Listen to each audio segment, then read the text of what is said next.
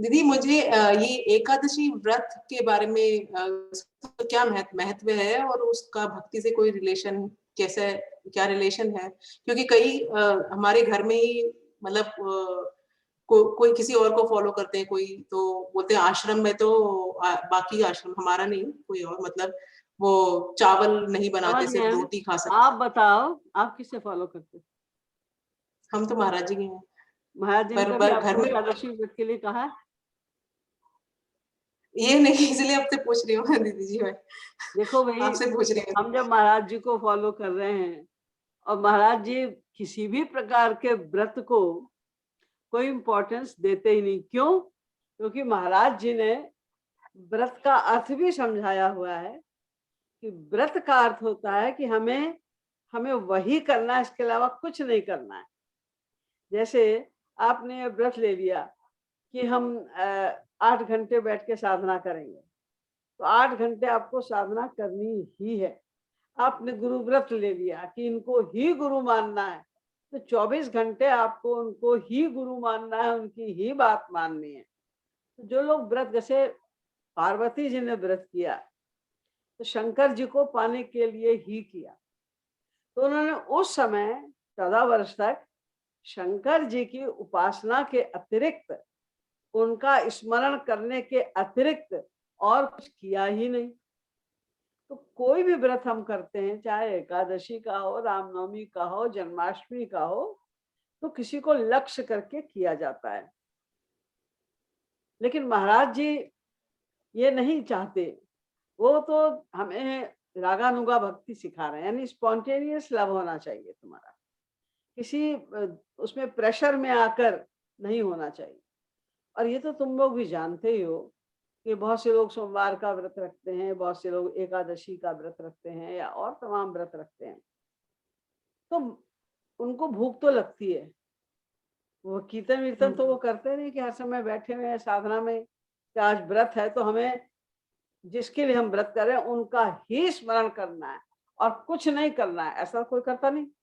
तो परिणाम था क्या होता है कि अब जैसे उनको फलाहार खाना है शाम को 4 बजे, तो 2 बजे से घड़ी देखना शुरू कर देते हैं कि 4 बजा के, मेरी बड़ी भूख लग रही है, अभी तो 4, हाँ बज गया 4, हाँ वही लाओ। तो वो जो व्रत का उनका खाना होता है बढ़िया बढ़िया बनता है। रोज तो सूखी दाल रोटी चावल लोग खा लेते हैं, लेकिन व्रत में तो बढ़िया बढ़िया मिठाई ये वो सब होता है, अच्छा अच्छा खाना। तो लक्ष्य नहीं है वो ठीक। भाई किसी ने कोई भी किसी का भी भगवान का व्रत ले लिया है, उनको पाना है और उनका ही चिंतन निरंतर कर रहा है। देखो जन्माष्टमी का व्रत कैसे शुरू हुआ? जब श्री कृष्ण ने अवतार लिया नंद बाबा के पुत्र, यशोदा जी के पुत्र के रूप में, तो लोग इतना नाचे, इतने प्रसन्न हुए, इतना आनंद हुआ उनको कि कोई खाने की याद ही नहीं थी किसी को। याचक भय अयाचक सिगरे, जितने जो गरीब भी थे, जो मांगने कभी कभी नंद बाबा के द्वार पर आते थे कि हमें पैसा चाहिए, धन चाहिए, अन्न चाहिए, ये चाहिए वो चाहिए, उनको लुटा रहे हैं लगातार। नंद बाबा भी हीरे मोती लुटा रहे हैं, सब लुटा रहे हैं, लेकिन तदपि न लूटन की सुधि काहू। किसी को सुधि नहीं थी लूटने की, क्यों इतने आनंद में थे वो। तो एकादशी वाला के व्रत से कुछ नहीं।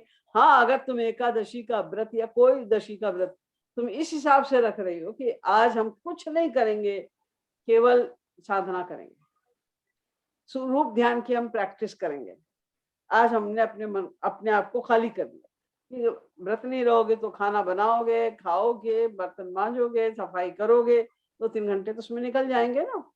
तो हम कुछ नहीं करेंगे आज, बस भगवान की भक्ति करेंगे और कुछ नहीं करेंगे, ऐसा कोई भी व्रत हो तो वो उपयोगी है, अच्छा है।